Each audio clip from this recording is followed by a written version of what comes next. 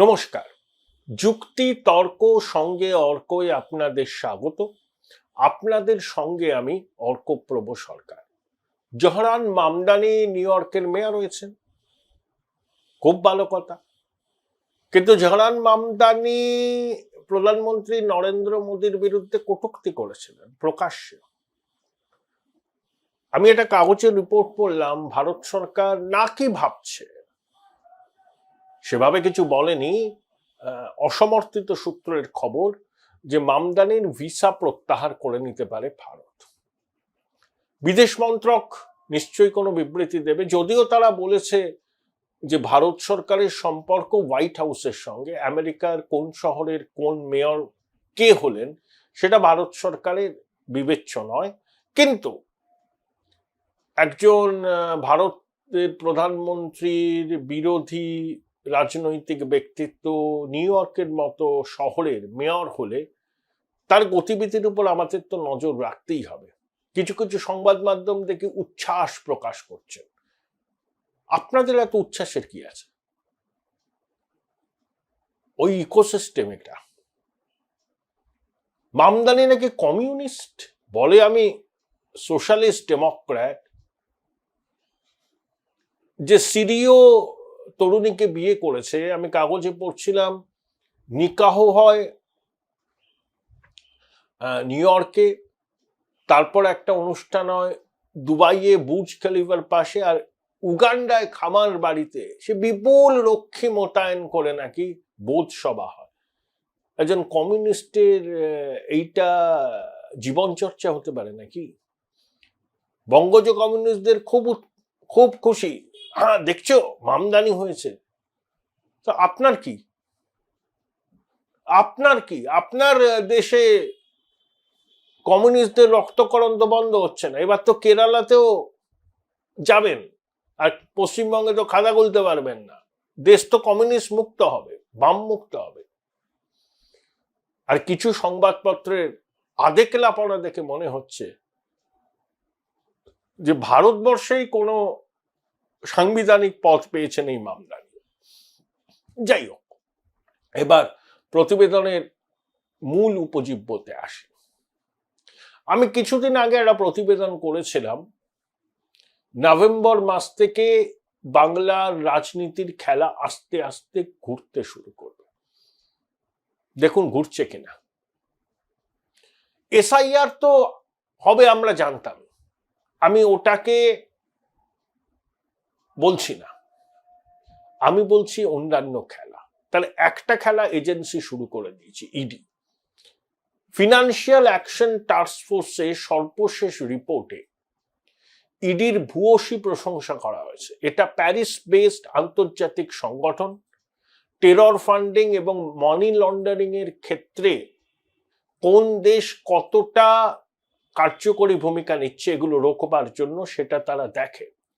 এবং financial action task ফোর্সের সুপারিশ যদি ভালো না হয়, কোনো রাষ্ট্র ধূসর তালিকায় চলে যেতে পারে, তাদের ব্যাংকিং সিস্টেম ক্ষতিগ্রস্ত হয়, বিনিয়োগ বাধাপ্রাপ্ত হয়।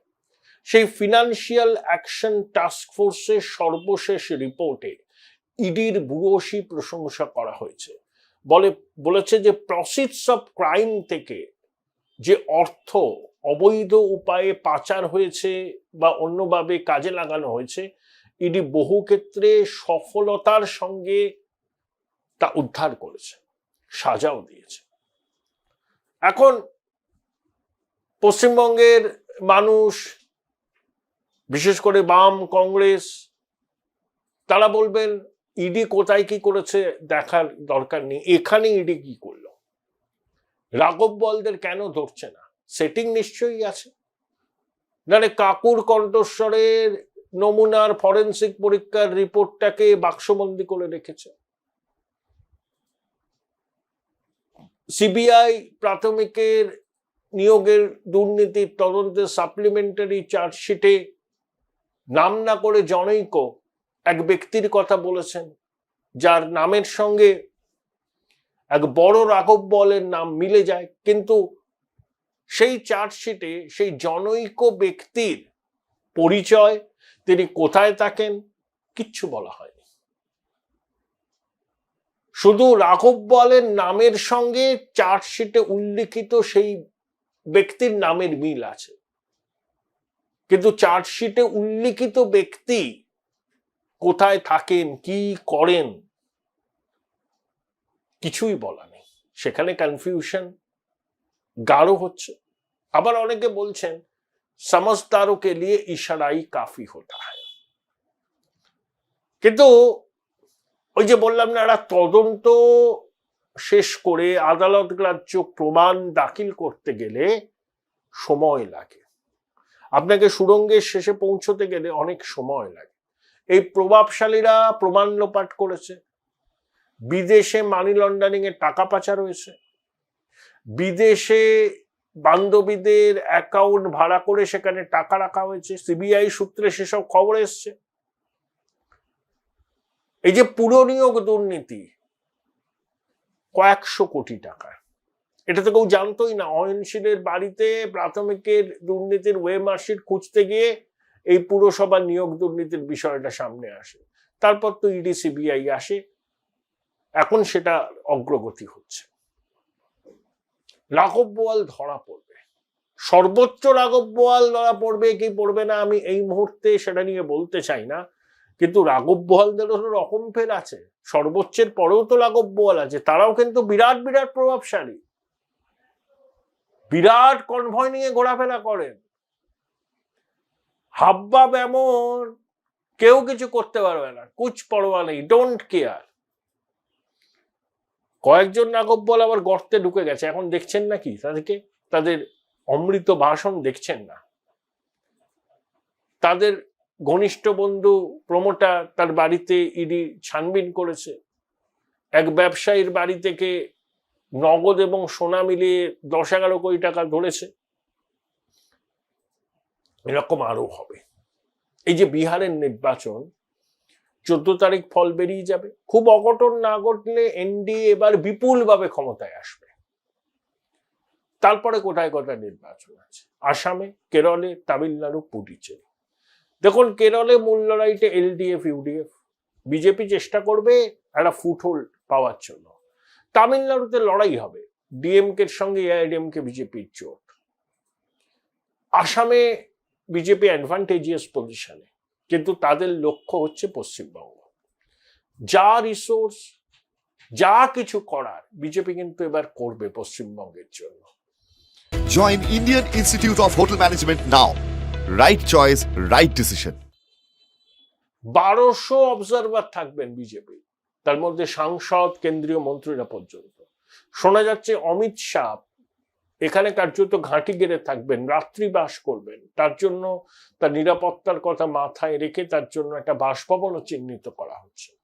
দেখুন, এরা অমিত শাহের কাছে চ্যালেঞ্জ, তাকে অনেকে চাণক্য বলেন। 21-এ তার ভবিষ্যৎবাণী মেনে নি, 24-এ তার ভবিষ্যৎবাণী মেনে নি। তিনি তৃণমূলের কাছে প্যাক খেয়েছেন, এটা তার ব্যক্তিগত সম্মানের প্রশ্ন জড়িয়ে। 26-এ তিনি চাইবেন যে এই সব অপপ্রচারকে ভোঁতা করে দিয়ে বাংলায় বিজেপির সরকার হোক। তার জন্য সাম দাম দণ্ডভেদ, কোনো রাস্তায় ছাড়বে না, কোনো পথ বিজেপি ছাড়বে না, কোনো পন্থা বিজেপি ছাড়বে না। মিলিয়ে নেবেন, কারণ এই চৌর্যবৃত্তির সাম্রাজ্যকে উৎখাত করতে গেলে ভালো মানুষই করলে হবে না। যা যা রিসোর্স আপনার আস্তিনে আছে, সব রিসোর্সকে কাজে লাগাতে হবে। কেন্দ্রীয় সরকারের ক্ষমতা অসীম। এতদিন ওই প্রভাবশালীদের বিরুদ্ধে তদন্ত ধীর গতিতে এগোচ্ছিল, সবুজ সংকেত ছিল না। এবার কিন্তু সবুজ সংকেত দেশে গেছে, প্রমাণ পেয়ে যাবেন 14 নভেম্বরের পর। ডিসেম্বর মাসটায় দেখবেন তুর্কি নাচন হবে এই রাজ্যে, তুর্কি নাচন। খবরের ঘন ঘটা, প্রভাবশালীদের দরজায় কড়া নাড়া। তখন এসআইআর প্রক্রিয়াও প্রাথমিক এনুমারেশনের পর্ব শেষ হয়ে শুনানি চলছে। প্রধানমন্ত্রী, স্বরাষ্ট্রমন্ত্রী ঘন ঘন বাংলা সফর করবেন। এবং আর একটা জিনিস হবে, ঝাড়খণ্ডে জেএমএম এনডিএ তে সামিল হবে। মিলিয়ে নেবেন আমার কথা। কারণ হেমন্ত সোরেন চাইছেন এনডিএ শিবিরে আসতে, তিনি বিহারের ফলাফলটা দেখে নিতে চাইছেন। জেএমএম আসন চেয়েছিল, আরজেডি কংগ্রেস জোটের কাছে পায়নি, তারা কয়েকটা আসনে বোধহয় লড়ছে বা উইথড্র করেছে, যাই একটা দুটো লড়তে পারে, কিন্তু জেএমএম বিহারে এনডিএ ক্ষমতায় আসলে এই মহাগঠবন্ধনে আর থাকবে না। তাহলে তখন কি হবে? বিহার, উড়িষ্যা, ঝাড়খণ্ড সব জায়গায় এনডিএ সরকার, পশ্চিমবঙ্গ বাকি থাকবে কেন? তার জন্য যা যা করণীয় বিজেপির শীর্ষ নেতৃত্ব করবেন, অতীতের ভুল থেকে শিক্ষা নিয়ে। একটা জিনিস দেখুন, 2021-এ প্রধানমন্ত্রী নরেন্দ্র মোদী যখন প্রচার করতেন, দিদি ও দিদি বলে শুরু করতেন, তৃণমূল বলেছিল দেখো একজন মহিলাকে অসম্মান করছে। প্রধানমন্ত্রী একবারও, যতবার প্রচারে এসছেন এবারে লোকসভাতেও প্রচারে, ওই দিদি ও দিদি বলেননি। তৃণমূল সরকারকে নির্মম সরকার বলেছেন, আপনার পাড়া তৃণমূল তারা বলেছেন, কিন্তু মমতা বন্দ্যোপাধ্যায়কে ও দিদি বলে কোনো রাজনৈতিক আক্রমণ করেননি। এই যে বন্দে মাতরমের সার্ধ শতবর্ষ পূর্তি উপলক্ষে কয়েক মাস ব্যাপী কর্মসূচি নিচ্ছে বিজেপি। আমি দেখলাম জম্মু কাশ্মীরের মীর ওয়াইজ উমর ফারুক আপত্তি জানিয়েছে, তাদের ধর্মীয় ভাবাবেগকে আঘাত করছে। এর মধ্যেও তারা বলে আরএসএস এর চক্রান্ত দেখছেন। যাই হোক, কাশ্মীরের ব্যাপার নিয়ে বলতে চাই না। এই যে বন্দে মাতরমের সার্ধ শতবর্ষ পূর্তি, এটাকেও বিজেপি বাঙালি আবেগকে ছোঁয়ার চেষ্টা করবে। আর তৃণমূলের তৈরি করা ভাষা সন্ত্রাস, বাঙালি আক্রান্তই ন্যারেটিভ মানুষ গ্রহণ করেন। এসআইআর প্রক্রিয়াকে সাধারণ মানুষ সমর্থন করছে, বাকিটা হচ্ছে নির্বাচন কমিশনের দায়িত্ব সুষ্ঠুভাবে এসআইআর করা। এই আবহ খেলা ঘুরতে শুরু ঘুরেছে পুজোর পর থেকে, আস্তে আস্তে আস্তে আস্তে 14ই নভেম্বরের পরে আপনাদের সামনে আরো প্রকট হবে বিষয়টা। আর ডিসেম্বর মাসটা ভীষণ রকম গুরুত্বপূর্ণ, কারণ একদিকে তখন ভোট দরজায়, কড়া নাড়বে, এসআইআর প্রক্রিয়া মাঝপথে, এজেন্সির তদন্ত গতিপ্রাপ্ত হবে। দেখুন একটা কথা বলি, ভোট আসলে এজেন্সি মাথাচাড়া দেয়, এটা প্রতিষ্ঠিত সত্য, ওদের সিলেবাসও ইলেকশন। কিন্তু তারা যদি রাঘব বোয়ালদের ধরে, এই দুর্নীতির মাস্টার মাইন্ডদের যদি ধরে, তাদের এক্সপোজ করে, তাদেরকে ধন্যবাদ তো দিতেই হবে।